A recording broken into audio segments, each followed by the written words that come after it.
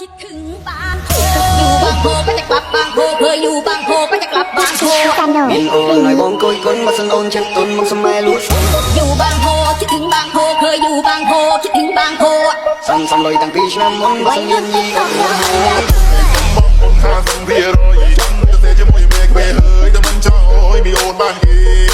เมื่อตะเปรียวนี่ต้อนกองกรองมันจวนดีสมตรมวยระยะเปรียวจำโตสะเรเลต้องตามโจ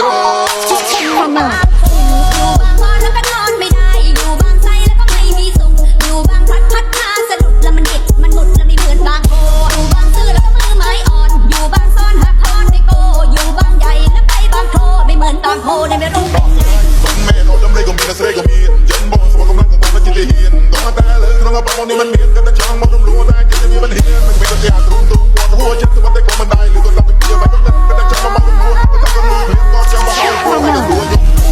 ช่างไม่ตัวเทวดาตามโดนตาเนี่ยคือกูไปฉันยันมันร้องกันตรงน้ำยังนี่กันทั้งช้ำทำไมทั้งทรงจะพาทุบใหญ่มาหอบเป็นต้องการโบราณก็ทำไมสิ่งการเรียนใจเสียได้โบโบสิ่งการช้ำทำไมเทวดาเอาจากบางโพไปเสียตั้งนาน